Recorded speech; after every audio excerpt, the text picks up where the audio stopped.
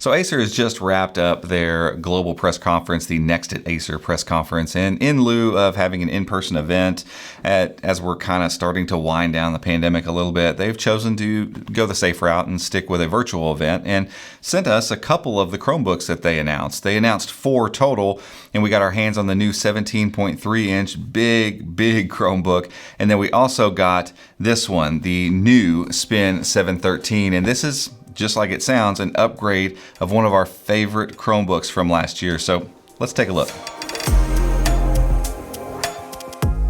Last year in 2020, one of our favorite Chromebooks just throughout the year was the Spin 713. It's because it brought all kinds of good stuff together. Great screen, a really reasonable price, especially versus the one that came before it, and the power and the speed that you would want in a mid to high range Chromebook. It was one of the devices I feel like was responsible for saying, hey, look, we can bring a lot of this performance and a lot of these premium things to the table and still keep the price down to a reasonable amount. And then it'll go on sale for $500 here and there.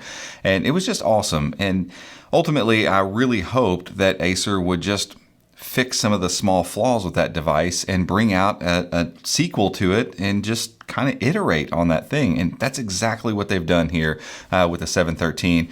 As far as I can tell at this point, I've only had my hands on this thing for a few days, and so I'm just going to share some of my just initial thoughts with you.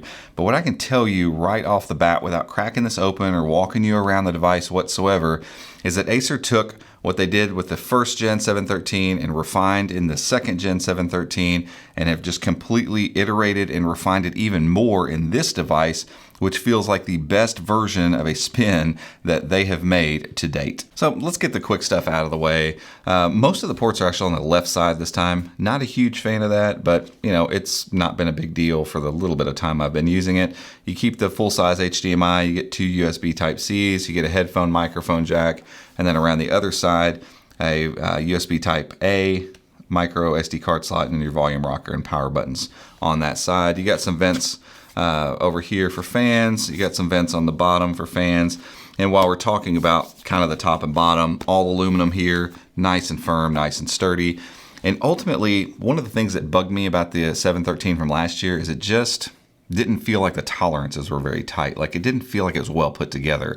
That's just not the case here. The seams line up in the hand right here. This thing just feels fantastic. It's a lot of the same aluminum kind of stuff going on, but I don't know. It just feels really, really well built.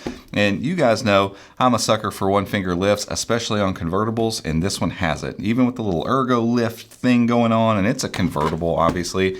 That's hard to nail. It's really hard to get this kind of hinge accuracy in a convertible Chromebook, and they've nailed that too. And as we look in here, you get the same awesome 3x2 high-res screen. It might be the exact same panel, and if it is, that is fine because it's been an awesome panel in the original and last year's 713 and still is in this one. You get a backlit keyboard with what feels pretty much like the same keyframe. You get a big glass trackpad. You get better speakers than you had last year from what I can tell so far. You get the addition of a fingerprint scanner. You still have USI support. You still have a convertible form factor. And like I said, tighter tolerances, and then take all that and add 11th gen Intel processors inside. So we've seen it with the Asus CX5 already. These Intel processors are really, really fast this year. This one comes with a Core i5, 8 gigs of RAM, and they've bumped it up to 256 gigs of NVMe storage. So if you're a spec guy, this is getting it too. Great screen, great keyboard, great trackpad, great build quality. I mean, look at the little chamfer around the edge. This thing just looks fantastic. It feels great. Again, this isn't a full review, and I might find some flaws as I start using it on a daily basis more often. I might find some things that kind of hang me up with a little bit, but early on, for just a few days of use, I am supremely impressed with this Chromebook. I mean, I just love everything about it. And again, I liked the 713 before, so it probably wasn't hard to fix some of the small things and make a better package. But man, Acer has done it. And I'm telling you what, if nobody else shows up with a better version of some of their older Chromebooks with these Tiger Lake processors inside, they're going to run away with 2021 again as having the best, if not one of the best, Chromebooks of the year. I mean, I will go ahead and say that after just having my hands on this for a little bit of time. It is super impressive what they've done here. I love this idea of what Chromebook makers are doing this year, of just taking what they had and iterating. Just fix small things, fix these little things, keep the package the same, and just fix all the rough edges that you heard reviewers and you heard customers talk about. And I feel like Acer has absolutely done that. They've listened, they've tightened things up a little bit, and the price went up just a little bit. So $699 is what this will start with. But again, comparing it to last year, it's double the storage. These Tiger Lake processors are crazy fast inside here. You're adding a fingerprint scanner.